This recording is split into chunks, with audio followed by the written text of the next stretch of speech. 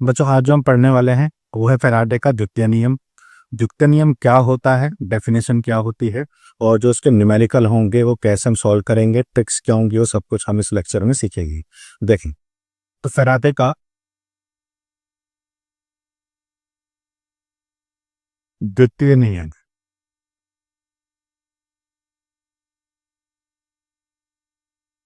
तो फैराडे का द्वितीय नियम क्या कहता है, देखें। मान लेते हैं हमारे पास दो तीन बीकर है। मान लेते हैं एक बीकर हमारे पास ये है, दूसरा बीकर मान लेते हैं हमारे पास ये है और तीसरा बीकर मान लेते हैं हमारे पास ये है। इन तीनों बीकर में मान लेते हैं दो दो धातु की प्लेट लगी हुई है, इसमें भी और सेम इसमें भी।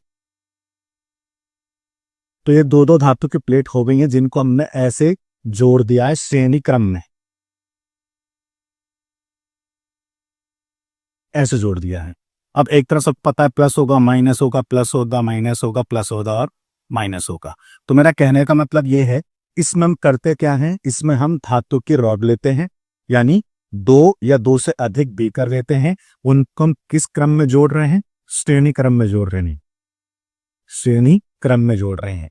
तो मान लेते हैं, सपोज करें कि अगर ये वाली जो धातु है वो जिंक की है तो ये हो गया Zn, ये हो गया Zn। मान लेते हैं धातु सिल्वर की है तो ये हो गया Ag, ये हो गया Kg।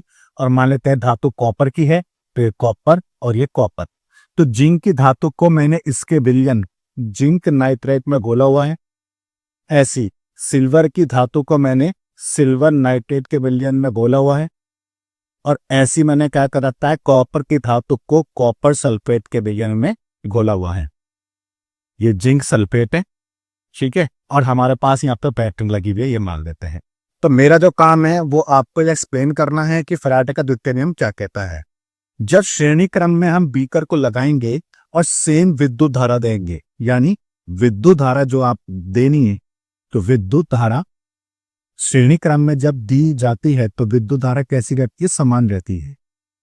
अब एक सोचने वाली बात है, सबको पता है इस एक बीकर में एक एनोड है और एक कैथोड है, एनोड कैथोड, एनोड और कैथोड। तो यहां अगर देखें तो जिंक सल्फेट विलयन में से यहाँ पे यानी कैथोड पे धातु चिपकेगी। कौन सी धातु चिपकेगी, Zn धातु चिपकेगी। अब ये जो Zn धातु इस जिंक के रॉड पर चिपकेगी तो इसी कितनी मात्रा चिपकेगी वो डिपेंड करता है कि हम एक्सप्लेन कर पाए किसके बेसिस पर, फैराडे के द्वितीय नियम के आधार पर। अब फैराडे का द्वितीय नियम क्या कहता है, द्वितीय नियम ये कहता है कि जब हम विद्युत धारा समान मात्रा में श्रेणी क्रम वाले बीकर को देंगे तो विद्युत धारा जब हम सेम देंगे तो जो भी मात्रा इस धातु की रॉड पर चिपकेगी, मात्रा यानी W, तो जो भी मात्रा इस धातु पर चिपकेगी वो मात्रा इस धातु के तुल्यांकी भार के समानुपाती होगी। मैं फिर से रिपीट कर रहा हूं, अगर आपने फैराडे का प्रथम नियम नहीं पढ़ा है तो एक बार वो पढ़ लें, वो पढ़ लेंगे तो आपको द्वितीय नियम भी समझ में आ जाएगा। द्वितीय नियम ये कह रहा है, दो या दो से अधिक बीकर को हमने श्रेणी क्रम में लगाया, समान विद्युत धारा दी। अब विद्युत धारा देने के बाद जो भी धातु की मात्रा चिपकेगी, तो मात्रा यानी W ग्राम में, तो जो भी मात्रा चिपकेगी वो इस धातु के तुल्यांकी भार के समानुपाती हो। इसका मतलब है जिसका तुल्यांकी भार ज्यादा होगा उसकी ज्यादा मात्रा चिपकेगी, तो इसका मतलब W समानुपाती हो गया E के। अब समानुपाती का साइन हटा के एक स्थिरांक आ जाएगा, और मान लेते हैं हमारे पास क्या है, K और E। तो K इसमें क्या हो गया, स्थिरांक हो गया, E इसमें क्या हो गया, तुल्यांकी भार हो गया। तो ये एक बीकर की बात हुई। अगर दूसरे बीकर की बात करता हूं तो पहले वाले बीकर को मैं बोल दूंगा W1, K स्थिरांक है, E1। दूसरे बीकर के लिए क्या जाएगा, W2 is equal to K स्थिरांक के और E2। इन दोनों को अगर मैं भाग कर दूंगा तो W1 upon W2 is equal to K E1 upon K E2। तो K से K कैंसल, तो W1 upon W2 is equal to E1 upon E2 आ जाएगा। तो ये बात आपको समझ में आ रही होगी। इसका मतलब है जिसका तुल्यांकी भार ज्यादा होगा उसकी ज्यादा मात्रा चिपकेगी रॉड के ऊपर, ये हमें याद रखना है। तो ये कहलाता है फैराडे का द्वितीय नियम। जब श्रेणी क्रम में बीकर को लगाते हैं और समान विद्युत धारा दी जाती है तो जो भी धातु की मात्रा चिपकती है वो उसी के तुल्यांकी भार के समानुपाती होती है। इसका मतलब है W1 के सामने E1 आ जाएगा और W2 के सामने E2 आ जाएगा। आई होप इतना पार्ट आपको समझ में आया होगा। और इस हिसाब से हमने करना क्या है, सुने। अगर मुझे एक धातु की मात्रा पता लग गई कि कितनी चिपकी, यानी W1 मान लो, अगर मुझे इस धातु की मात्रा पता लग गई कि कितनी चिपकी है, तो दूसरे वाले धातु की मात्रा मैं यहां से निकाल सकता हूं। तो आई होप ये पार्ट आपको समझ में आया होगा। अच्छा देखें, इस फॉर्मूले को मैं थोड़ा साइड में लिख देता हूं। फॉर्मूला क्या है, W1 upon W2 is equal to E1 upon E2 आया। अब हमारे पास क्या है, देखें, हमारे पास एक प्रश्न है। प्रश्न मान लो हमारे पास ये है कि श्रेणी क्रम में,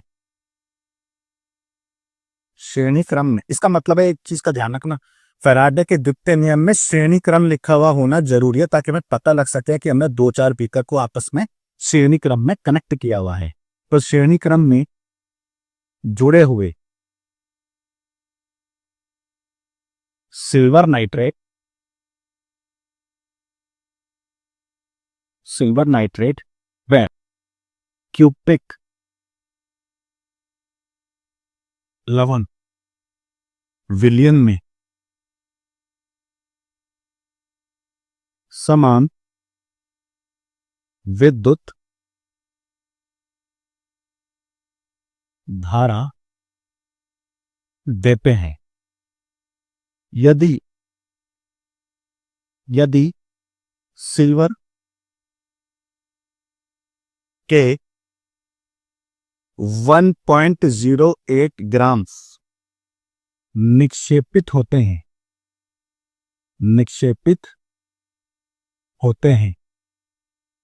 तो निक्षेपित कॉपर यानी Cu का भार ज्ञात कीजिए। तो प्रश्न आपके पास यह है कि श्रेणी क्रम में जुड़े हुए सिल्वर नाइट्रेट व क्यूप्रिक लवण विलयन में समान विद्युत धारा देते हैं। यदि सिल्वर के इतने ग्राम निक्षेपित होते हैं तो निक्षेपित कॉपर का भार कितना होगा। तो श्रेणी क्रम से हमें समझ में आया कि जो फॉर्मूला है वो कौन सा यूज होगा, W1 upon W2 is equal to E1 upon E2। तो इसका मतलब है पहले हमें सिल्वर नाइट्रेट दिया हुआ है और क्यूप्रिक यानी कॉपर 2+ दिया हुआ है, यानी कॉपर दिया हुआ है। तो सिल्वर का मतलब ये हो जाएगा W1 और कॉपर यानी W2। तो हमारे पास हो गया W1 हमने क्या मान लिया, Ag को, और W2 हमने क्या मान लिया, कॉपर को। और कॉपर यानी क्यूप्रिक है, यानी क्यूप्रिक का मतलब होता है कॉपर +2 में है। तो फॉर्मूले की बात करें तो W1 अपॉन W2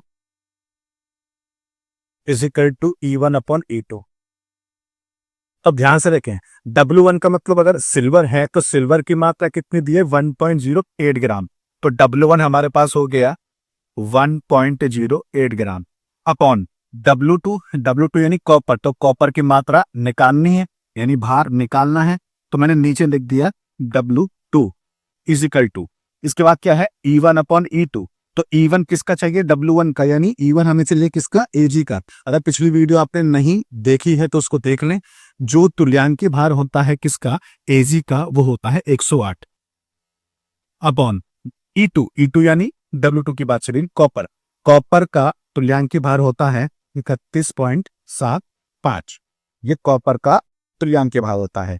अब इसकी गुणा यहाँ, ये भाग में आ जाएगा, W2 यहाँ आ जाएगा, यानी W2 is equal to 1.08 into 31.75 upon 108। अब इसको सॉल्व करें तो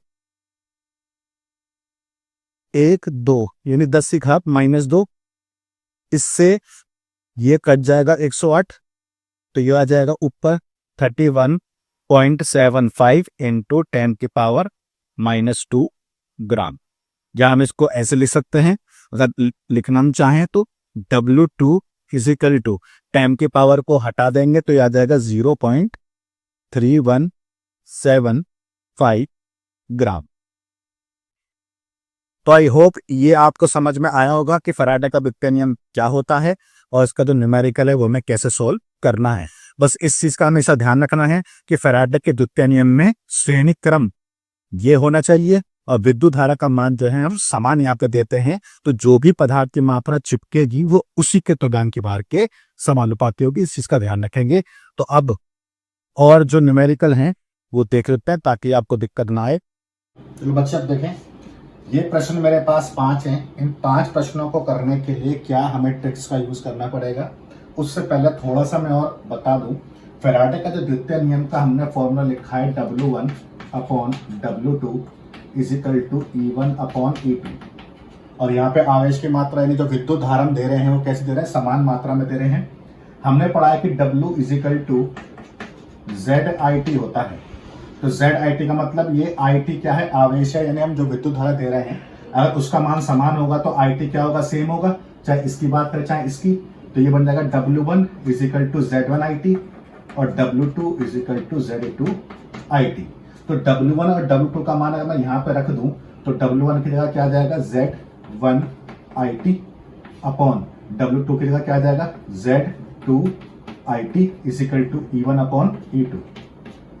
E1 अपॉन E2, तो I2 से मतलब IT से IT कैंसिल, तो Z1 upon Z2 is equal to E1 upon E2। यानी हम इस फॉर्मूले को ऐसे भी लिख सकते हैं, डिपेंड करता है न्यूमेरिकल हमारे पास कैसा आया है।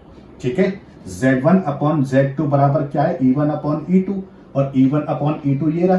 तो मैं यहाँ ये जो वैल्यू है Z1 अपॉन Z2 को अगर मैं यहाँ पे रख दूंगा तो एक फॉर्मूला क्या बन जाएगा, W1 upon W2 is equal to Z1 upon Z2, एक ये बन जाएगा। तो डिपेंड करता है न्यूमेरिकल में जो हमें पार्ट दिया गया है, जो वैल्यूज दी गई हैं वो किसकी दी गई हैं और क्या पूछा गया है, तो इस हिसाब से हमारे पास ये 3 फॉर्मूले बनते हैं।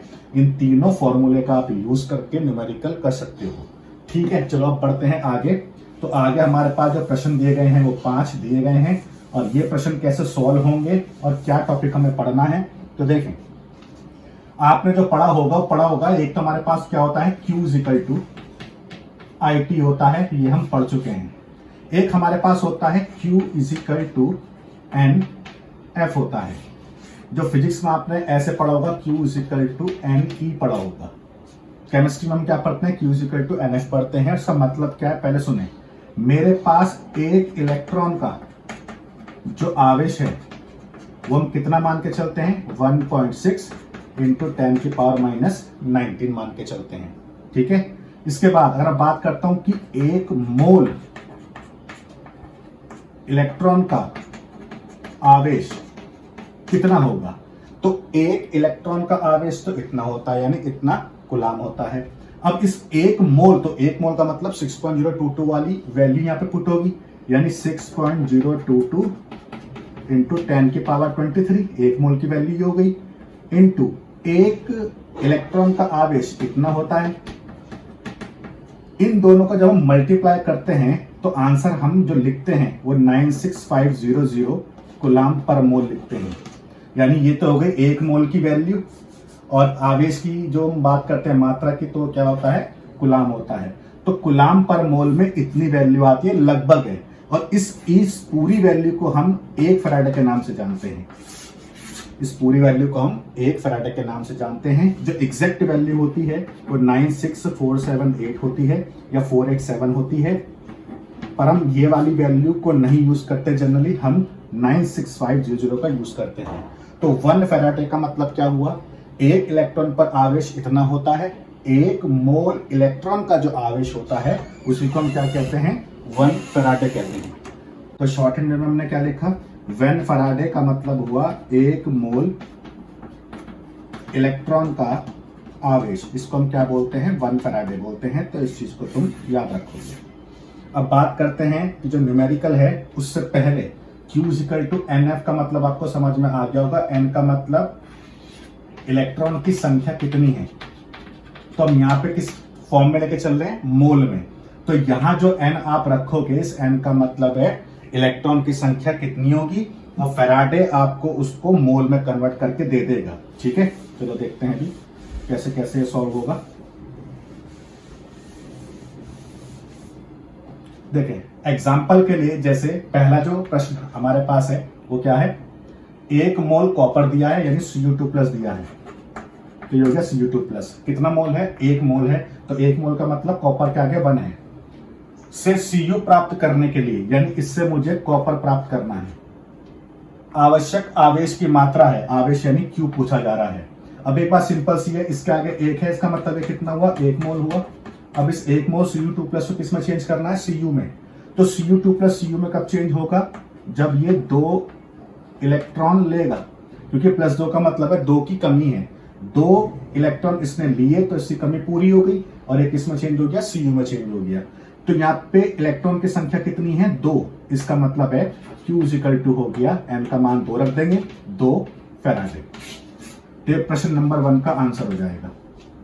तो आई होप ये आपको समझ में आया होगा। इसका मतलब है सिर्फ और सिर्फ इलेक्ट्रॉन की जो संख्या होगी वो आपको यहाँ पे रखनी है, तो आपके पास आवेश आ जाएगा।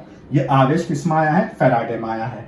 कूलाम में पूछा जाएगा तो F की वैल्यू यहाँ पे रख के गुणा हम इसमें कर देंगे, यानी 96500 इंटू 2 अगर कर देंगे तो आवेश की मात्रा कूलाम में आ जाएगी। फिलहाल मैंने इसको किस में यूज किया है? फैराडे में यूज किया, क्योंकि हमसे यहाँ पूछा नहीं है किसमें निकालनी है। प्रश्न नंबर 2 देखें। प्रश्न नंबर 2 में Al2O3 से 1 मोल Al प्राप्त करने के लिए आवश्यक आवेश की मात्रा है। तो मुझे Al2O3 कितना दिया है? मतलब Al2O3 से 1 मोल Al प्राप्त करना है। सबको पता है कि जो Al है, इस Al पे आवेश कितना होता है? प्लस का 3 होता है, और इससे मुझे 1 मोल Al प्राप्त करना है। तो 1 मोल Al का मतलब हुआ इसके आगे 1 है। अब एक सिंपल सी बात है, जिसको आवेश निकालना याद नहीं है तो वो ध्यान रखेंगे। जैसे हमारे पास है Al2O3, तो देखें यहाँ कर देता हूँ, ये हो गया Al2O3। तो 11वीं में हम क्या करते थे? Al का आवेश निकालना है तो ये 2x, 8 O का चार्ज होता है -2, तो 3 का कितना हो गया? -6 इजिकल टू में ऊपर कुछ नहीं है तो 0, तो ये कितना आ जाएगा? 2x इजिकल टू 6 और x इजिकल टू कितना आ जाएगा? 3 आ जाएगा।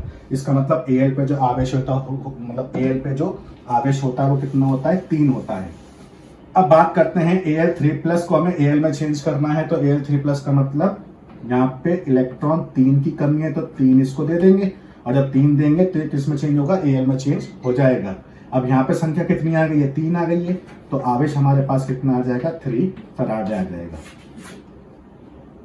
ओवरऑल आपको ये चेक करना है कि इलेक्ट्रॉन कितने लग रहे हैं, और एक नॉर्मल सी बात है कि इलेक्ट्रॉन यहाँ आ रहा है, यहाँ भी आ रहा है, तो इलेक्ट्रॉन का आना यानी अपचयन हो रहा है। इसका मतलब हम Cu2+ को Cu में अपचयित कर रहे हैं और Al3+ को Al में अपचयित कर रहे हैं। चलो अब इसके आगे देखते हैं प्रश्न नंबर 3। देखें प्रश्न नंबर जो 3 है, इसमें क्या है? 12.3 ग्राम नाइट्रोबेंजीन है। तो नाइट्रोबेंजीन क्या होता है? बेंजीन के ऊपर NO2 होता है, इसको हम बोलते हैं नाइट्रोबेंजीन के एनिलीन में अपचयन, यानी इसको मुझे चेंज करना है एनिलीन में। तो एनिलीन जो हमारे पास होता है वो होता है बेंजीन के ऊपर NH2, इसको हम बोलते हैं एनिलीन। एनिलीन में अपचयन करने के लिए आवश्यक कूलाम की संख्या, यानी यहाँ पे कूलाम पूछा जा रहा है, तो यहाँ पे फैराडे के टर्म्स में हम वैल्यू निकालेंगे नहीं। अब देखें इस NO2 को मुझे किस में चेंज करना है? NH2 में, यानी इन 2 O को मुझे भगाना पड़ेगा। तो 2 O को मैंने यहां से भगा दिया 2H2O में, ठीक है? इस 2 O को 2H2O में भगा दिया। अब देखें टोटल हम H की बात करें, 2H ये हैं और 4H ये हैं, टोटल H कितने हो गए? 6। तो मैंने यहाँ पे लिख दिया 6H+। अब मैंने बोला है कि हम अपचयन कर रहे हैं, तो अपचयन का मतलब है 6+ है, यहाँ कुछ प्लस नहीं है, तो 6+ का मतलब 6 की कमी है, तो इसको हम 6 इलेक्ट्रॉन दे देंगे। अगर बात समझ में ना आती हो तो ध्यान रखना, ऑक्सीजन का आना क्या होता था? ऑक्सीकरण, और हाइड्रोजन का जाना ऑक्सीकरण। अपचयन का मतलब क्या होता था? ऑक्सीजन का जाना। तो देखो यहाँ से ऑक्सीजन गई और हाइड्रोजन का आना, यानी हाइड्रोजन आ गई, इसका मतलब हमने NO2 को NH2 में अपचयित किया है, इसलिए मैंने यहाँ पे इलेक्ट्रॉन लिए हैं। क्योंकि इलेक्ट्रॉन का आना भी क्या होता है? अपचयन होता है, तो हमने नाइट्रोबेंजीन को एनिलीन में अपचयित किया है। अब यह ध्यान से देखें तो इलेक्ट्रॉन कितना आए हैं? 6 आए हैं, तो Q = क्या हो जाएगा? 6 फैराडे। और ये हमसे आवेश किसमें पूछ रहा है? कूलाम में, तो 6 × F की वैल्यू यहाँ पे रख देंगे 96500, इन दोनों की गुणा कर देंगे तो हमारे पास जो आवेश है वो कूलाम में आ जाएगा। तो ये प्रश्न नंबर हो गया 3। इसके बाद हम बात करते हैं प्रश्न नंबर 4 की। तो मैं इसको रफ कर देता हूं। देखें प्रश्न नंबर 4 क्या है। प्रश्न नंबर 4 है 2 एम्पियर की विद्युत धारा, 2 एम्पियर यानी आई का मान 2 दिया है। तो 2 एम्पियर की विद्युत धारा प्राप्त करने पर 2 मोल जल के विघटन में कितना समय लगेगा, यानी समय यानी टी पूछा जा रहा है। तो अगर आपको याद हो तो समय और आई यानी आई और टी, तो हमने पढ़ा था Q equal to I T. इस सूत्र का हम यूज कर सकते हैं Q equal to I T. तो टी का मान निकालना है अगर, तो Q और I पता होने चाहिए। I का मान पता है परंतु यहाँ पे Q का मान नहीं पता। इसका मतलब इस पूरे क्वेश्चन में हमें Q ढूंढना है। अच्छा अब देखें 2 एम्पियर की विद्युत धारा प्राप्त करने पर 2 मोल जल के, तो जल यानी क्या हो गया H2O हो गया। ये कितना मोल है 2 मोल। तो इस 2 मोल जल के विघटन में, विघटन का मतलब होता है टूटना। तो अब मुझे इसको तोड़ना है। तो ऑक्सीजन कितने हैं 2, तो ये तो बन गया O2 तो बाहर हो गया। H बचे कितने 4, तो 4H का मतलब हो गया 4H प्लस, और 4H प्लस का मतलब हुआ कि 1 प्लस का मतलब 1 की कमी और 4 प्लस का मतलब 4 की कमी। तो इलेक्ट्रॉन यहाँ पे कितने निकले 4। अब इलेक्ट्रॉन यहाँ निकल रहे हैं, इसका मतलब ये क्या हुआ ऑक्सीकरण हुआ, यानी जो पानी है वो क्या हो रहा है ऑक्सीकृत हो रहा है। इस चीज का ध्यान रखना, यहाँ पे अपचय नहीं हो रहा, यहाँ पे इलेक्ट्रॉन निकल रहे हैं। इसका मतलब ये एग्जाम्पल किस चीज का है ऑक्सीकरण का है। तो अब सिंपल सी बात है कितने निकले 4, तो Q इक्वल टू क्या आ जाएगा 4 फैराडे आ जाएगा। अब हमें Q का मान भी यहाँ पता लग गया, ये रहा। I का मान हमें पता है ही, वो यहाँ रख देंगे, यहाँ से T आ जाएगा। तो ये हो गया Q equal to I T, और T इक्वल टू क्या आ जाएगा Q अपॉन I आ जाएगा। तो Q का मान कितना हो गया 4 फैराडे अपॉन I का मान कितना हो गया 2, तो इसको कट कर देंगे। तो T इक्वल टू क्या आ जाएगा 2 फैराडे, यानी 2 इंटू फैराडे की वैल्यू 96500। इन दोनों की मल्टीप्लाई करेंगे तो क्या आ जाएगा 0 0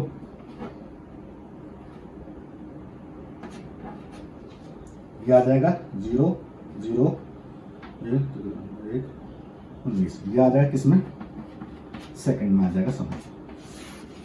अब ये जो सेकंड में समय आया है हम इसको फिर मिनट में या आवर्स में यानी घंटे में निकाल सकते हैं। फिलहाल यहाँ पर जो समय आया वो किस में आया है सेकंड में आया है। तो ये आपका हो गया प्रश्न नंबर 4। अब लास्ट जो बचता है वो है प्रश्न नंबर 5। तो प्रश्न नंबर 5 भी करके देख लेते हैं क्या आएगा।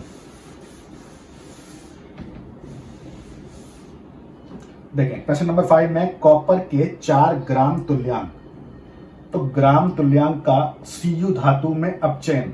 तो 4 ग्राम तुल्यांक को भूल जाओ, पहले Cu2 प्लस को मुझे किस में चेंज करना है Cu में चेंज करना है।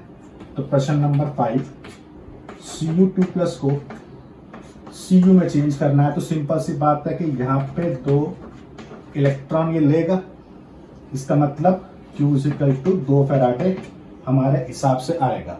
अब बाकी देखते हैं। Cu2 प्लस के 4 ग्राम तुल्यांकों का Cu धातु में अपचयन करने के लिए आवश्यक फैराडे की संख्या होगी। तो फैराडे की संख्या यहाँ पे हमें निकालनी है, कितनी होगी। हमारे हिसाब से यहाँ पे 2 फैराडे आ रहा है, बट यहाँ पे क्या है 4 ग्राम तुल्यांक दिए हैं। अब इसका मतलब क्या सुने, ये जो रिएक्शन मैंने लिखी है ये मोल के रूप में लिखी है। कॉपर का 1 मोल, इसके 2 मोल, इसके 1 मोल, तो ये मोल के रूप में लिखी जाती है। तो ध्यान रखना जब भी ग्राम तुल्यांक की बात करें और मोल की बात करें तो इनके बीच में जो संबंध होता है वो ये होता है, यानी ग्राम तुल्यांक बराबर मोल बट्टे आवेश। इस चीज का ध्यान रखना। अब यहाँ पे हमारे पास जो दिया गया है वो क्या है, देखें ग्राम तुल्यांक की संख्या मुझे कितनी दी है 4, तो मैंने यहाँ पे 4 रख दिया बराबर। मोल मुझे निकालना है क्योंकि रिएक्शन मैंने मोल के रूप में लिखी है, बटे में आवेश। आवेश किसका कॉपर, कॉपर का कितना है 2, क्योंकि ये ग्राम तुल्यांक कॉपर के दिए हैं। तो कॉपर का आवेश कितना हो गया 2 हो गया। अब अगर मैं बात करता हूं यहाँ पे तो 4 दूनी 8 इक्वल टू क्या आ जाएगा मोल। इसका मतलब ये 8 मोल के बराबर है। ऐसा नहीं है, इस चीज का ध्यान रखना। अब ऐसा क्यों नहीं है वो भी सुने। फॉर्मूला जो हमारे पास है वो तो हमें समझ में आता है कि ये है। इस फॉर्मूले में अगर मैं यहाँ पे आवेश कॉपर का रखता हूं तो 2 हो जाएगा, है ना। ग्राम तुल्यांक जो क्वेश्चन का है वो हम अभी नहीं रख रहे, बात को समझना। मैं यहाँ पे अगर आवेश का मान 2 रखता हूं और इस आवेश के मान को 2 करके ऐसे 2 लिख के मैंने यहां लिख दिया ग्राम तुल्यांक, दोनों चीजें बता रहा हूं। एक बार जो मैं बता रहा हूं कि फॉर्मूले को डायरेक्ट ऐसे नहीं रखा जाता, पहले प्रश्न को यानी जो हम कर रहे हैं उस टेक्निक को पहले ढंग से देखते हैं, उसके बाद हम क्वेश्चन पे आते हैं। ऐसा नहीं कि डायरेक्टली वैल्यू उठाए को इसमें रख दी। अच्छा देखें, 2 की मल्टीप्लाई मैंने यहां कर दी, तो ये हो गया 2 ग्राम तुल्यांक बराबर मोल। इसका मतलब है मोल के आगे तो एक ही है, तो मैंने 1 लिख दिया। 1 मोल बराबर है कितने के? 2 ग्राम तुल्यांक के। अब समझ में आ रहा होगा, इसलिए मैंने कहा कि क्वेश्चन पर ना जाना, पहले इस फॉर्मूले को नॉर्मल रूप में देख के, कॉपर का क्वेश्चन चल रहा है, कॉपर का आवेश रखेंगे, गुणा यहां कर देंगे और तब देखेंगे कि कितना मोल कितने ग्राम तुल्यांक के बराबर है। तो यहां समझ में आता है 1 मोल 2 ग्राम तुल्यांक के बराबर है। अब आते हैं क्वेश्चन पे। ग्राम तुल्यांक कितने दिए? 4। तो जब 1 2 के बराबर है तो 4 ग्राम तुल्यांक 2 मोल के बराबर होगा। 4 ग्राम तुल्यांक 2 मोल के बराबर होगा। अब आते हैं यहाँ रिएक्शन में कितने मोल हैं? इसके आगे 1 है, इसके आगे 1 है। इसका मतलब 1 मोल कॉपर की बात चल रही थी, तो 1 मोल कॉपर में कितने फैराडे लगे? 2। तो अब मेरे पास कितने हैं? 2 मोल है, यानी 4 ग्राम तुल्यांक 2 मोल के बराबर है। 1 मोल में 2 फैराडे लगते हैं, तो 2 मोल में कितने लगेंगे? 4 फैराडे लगेंगे। तो ये आपका फाइनल आंसर हो जाएगा। तो आई होप ये सारा पार्ट आपको समझ में आया होगा। फैराडे का हमने प्रथम नियम जो है वो पिछली वीडियो में पढ़ लिया था, और सेकंड वीडियो में हमने जो है फैराडे का द्वितीय नियम पढ़ा है, और फैराडे के नियम पर आधारित हमने प्रश्न भी देखे हैं। तो आई होप ये पूरा लेक्चर आपको समझ में आया होगा। तो मिलते हैं नेक्स्ट वीडियो में।